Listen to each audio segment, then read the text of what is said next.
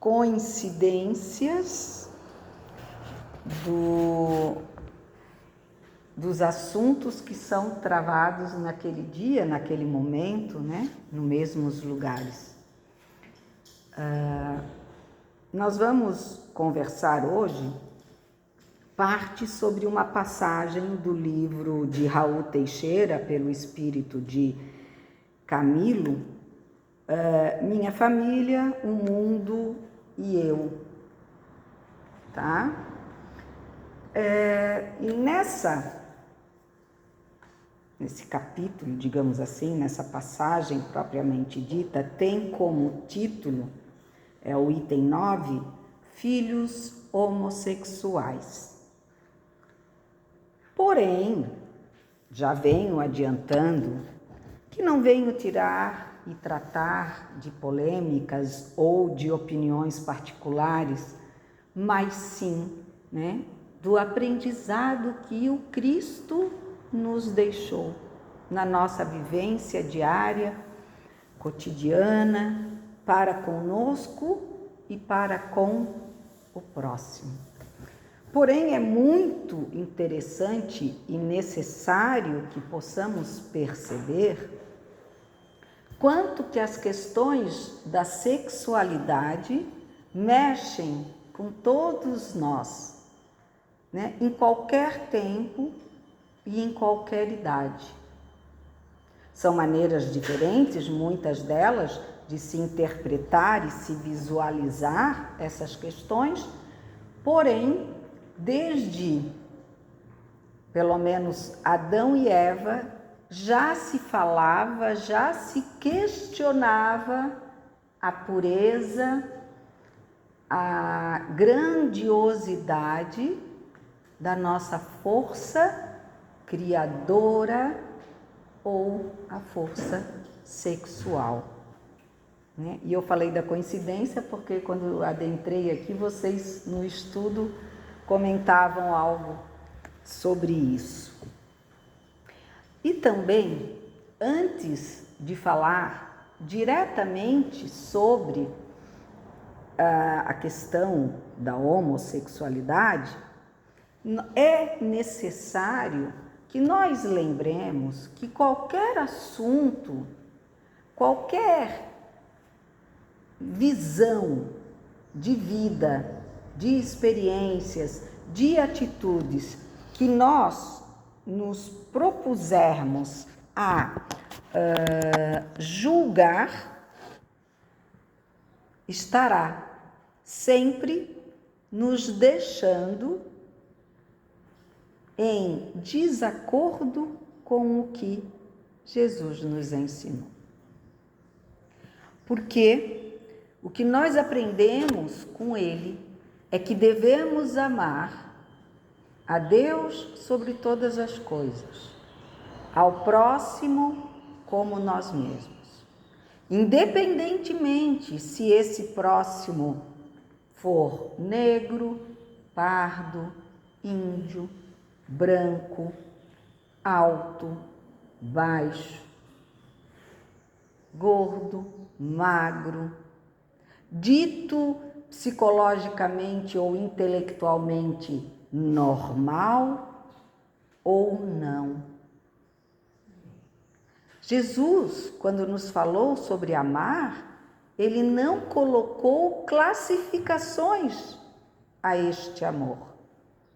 Ele simplesmente disse: amar a Deus sobre todas as coisas e ao próximo como a si mesmo. E próximo é próximo. Não tem característica, incluindo até os animais, as plantas. Por que não?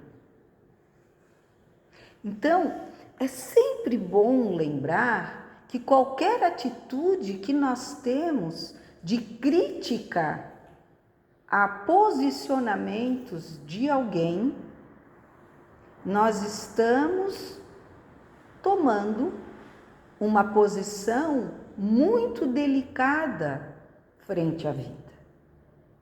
Porque nós estamos nos dando o direito de criar definições que nunca foram definidas por Jesus. É necessário, então, que saibamos, antes de tudo, ter respeito para com a maneira de viver de cada um. Porque depois disso, o que vem é honrar pai e mãe, não matar, né? Que mais? Eu sabia de cor. Comecei pela ordem contrária, não me lembro de todos. Mas, em resumo, o que eu quero dizer é que, independente de concepções políticas, filosóficas, religiosas, da sexualidade, da intelectualidade, não roubando, não matando, honrando pai e mãe, de que mais me interessa da vida do outro? Deveria não nos interessar mais nada. Porém, nós infelizmente sabemos que a sociedade não vive essa verdade absoluta do Cristo. Nós mesmos nos achamos, em muitas das vezes, cobertos da verdade. Não, porque eu falei que o negócio tinha que ser assim, não quiseram me ouvir.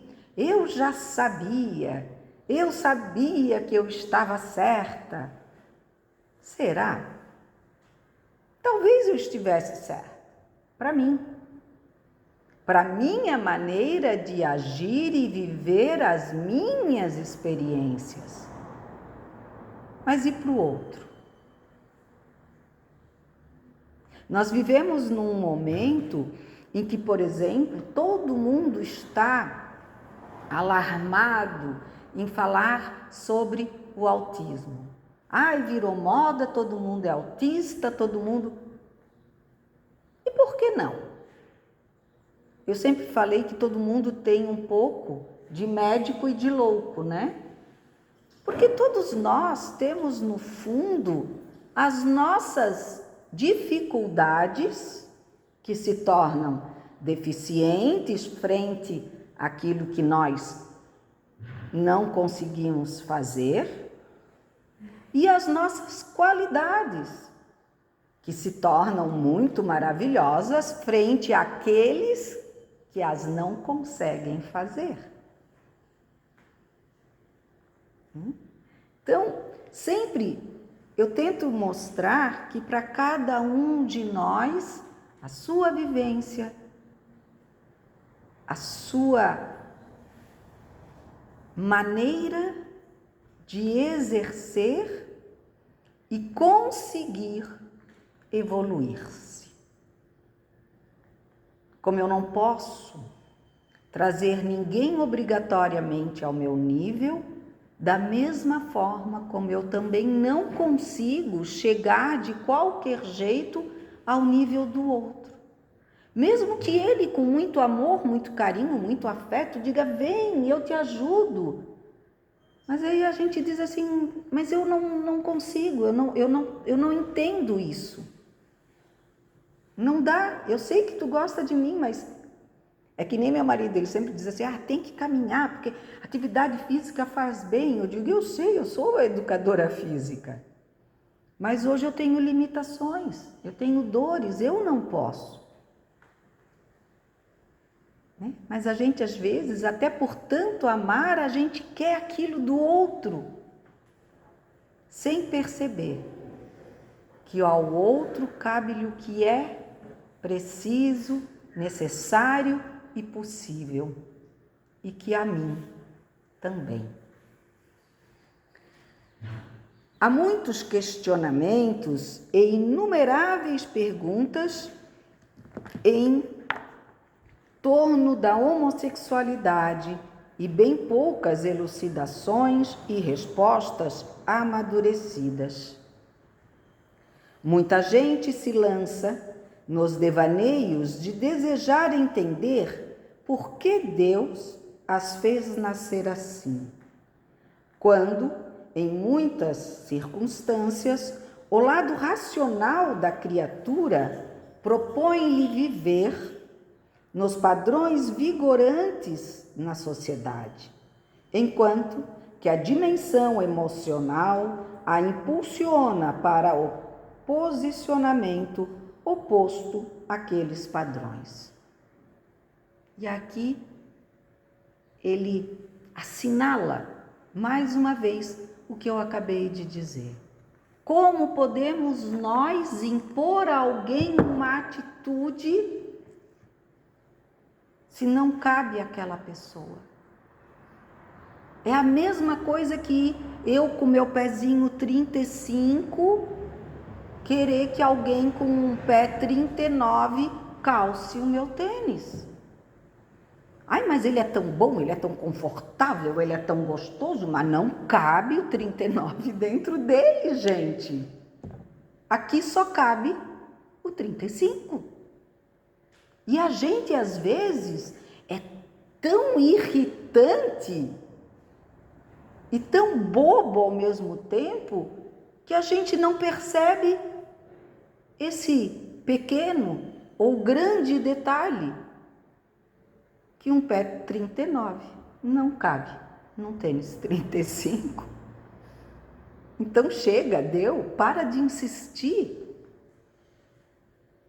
Mas até a gente, parece que demora a cair a ficha, né? No meu tempo a gente dizia isso, hoje eu não sei o que a juventude usa, mas a gente dizia, pô, parece que não cabe a ficha, a pessoa insiste numa coisa que não dá.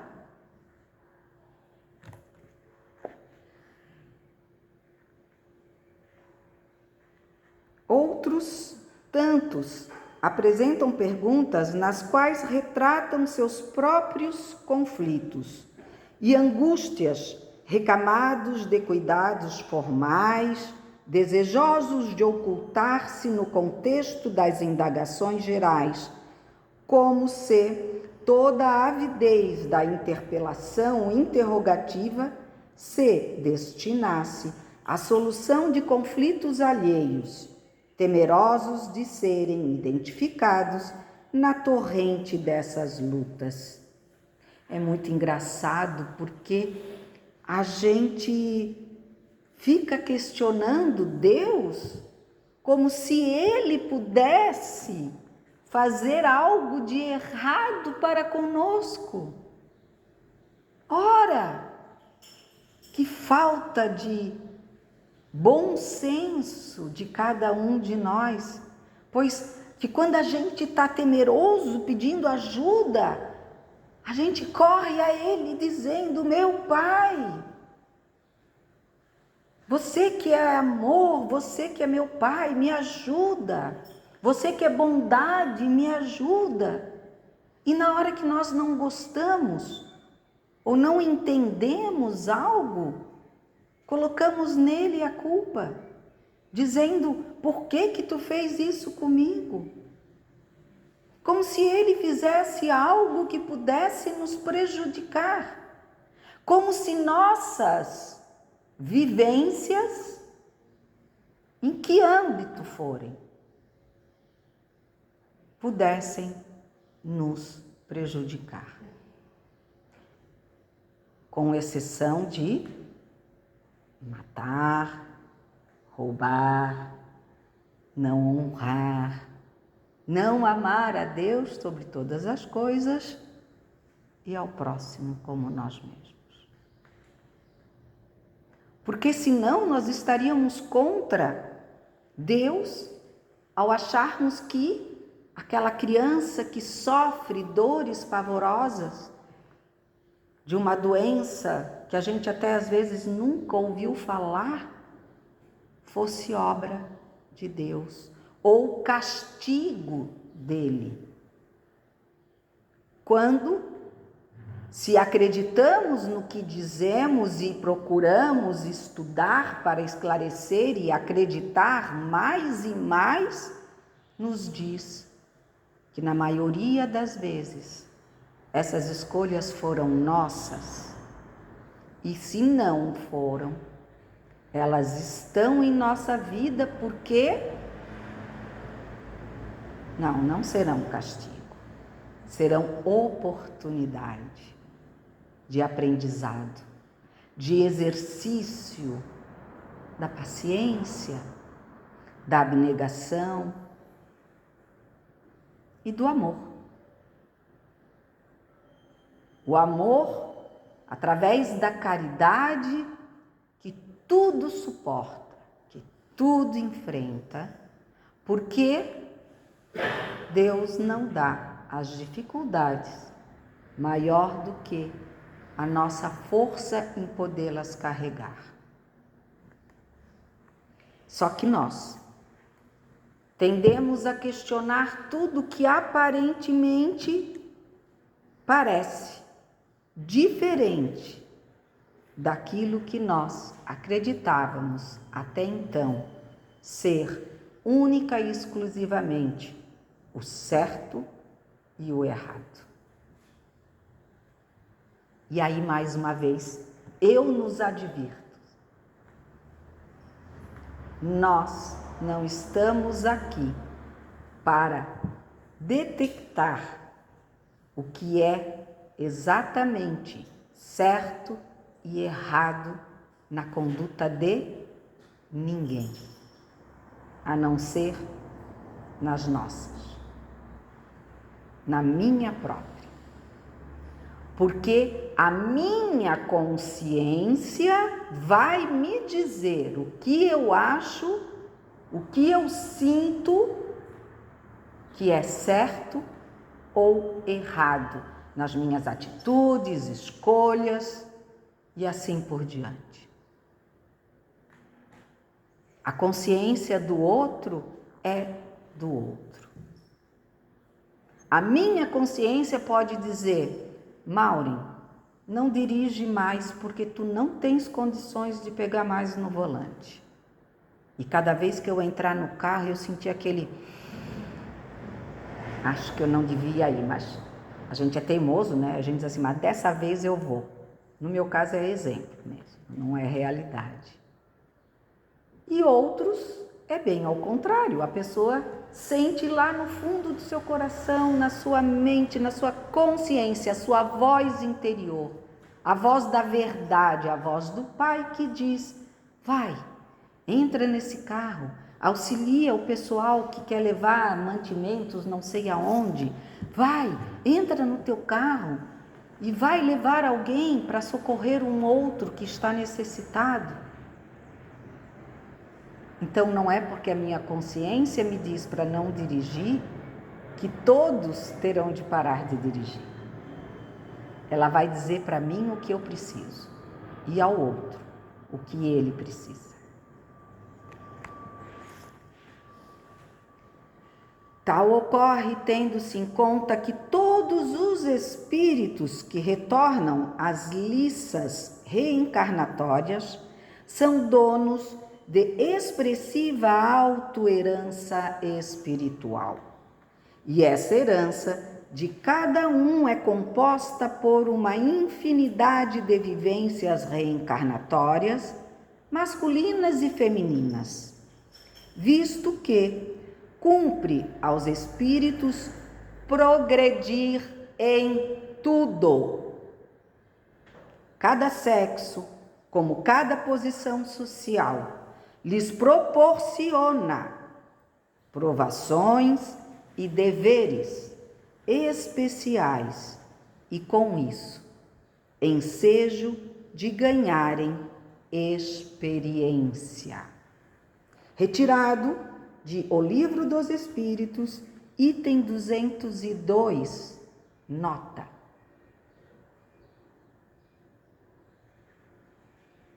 Sim, meus irmãos, eu não vim aqui defender A, B ou C atitude de cada um. O que eu vim comentar com vocês é que nós temos o dever de amar a todos, a compreender que, como seres reencarnatórios, porque nós acreditamos na reencarnação, e por lei nós precisamos experimentar as vivências que nesse momento são humanas e que se dividem entre sexo feminino e masculino. Nós estaremos em constante formatação do que nós realmente somos e seremos cada vez melhores seres sem sexo, ou melhor dizendo, sem genitálias. Porque a força criadora, todos nós iremos mantê-la para o sempre. Porque senão nós deixaríamos de ter vida. Porque as nossas células, tanto do corpo físico, como a nossa composição espiritual, estará sempre se renovando a partir do nosso desenvolvimento e crescimento. Então, a energia criadora, que para nós humanos é muito caracterizada pela questão da sexualidade, e por muito tempo pelos católicos no dito uni e procriai, nós colocamos motivos de escândalo nessa energia de amor, de luz, de renovação, por conta de humanos que quiseram frear capacidades promíscuas de atitudes que acabavam por realmente ceifar muitas vidas. Porém, longe de aceitarmos ou de acharmos que é correto a promiscuidade, seja ela da maneira que for executada, nós precisamos lembrar que Jesus perdoou Maria Madalena. Porque não cabia a ele, até caberia, mas como espírito mais elevado que nós um dia poderemos ou podemos ainda imaginar, ele não julgou. Ele amou e abraçou. E ela, por si só, mudou a sua conduta.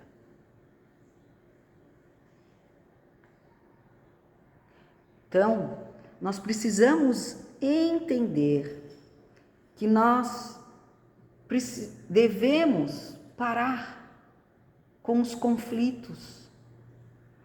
Não, mas eu sou uma pessoa de paz.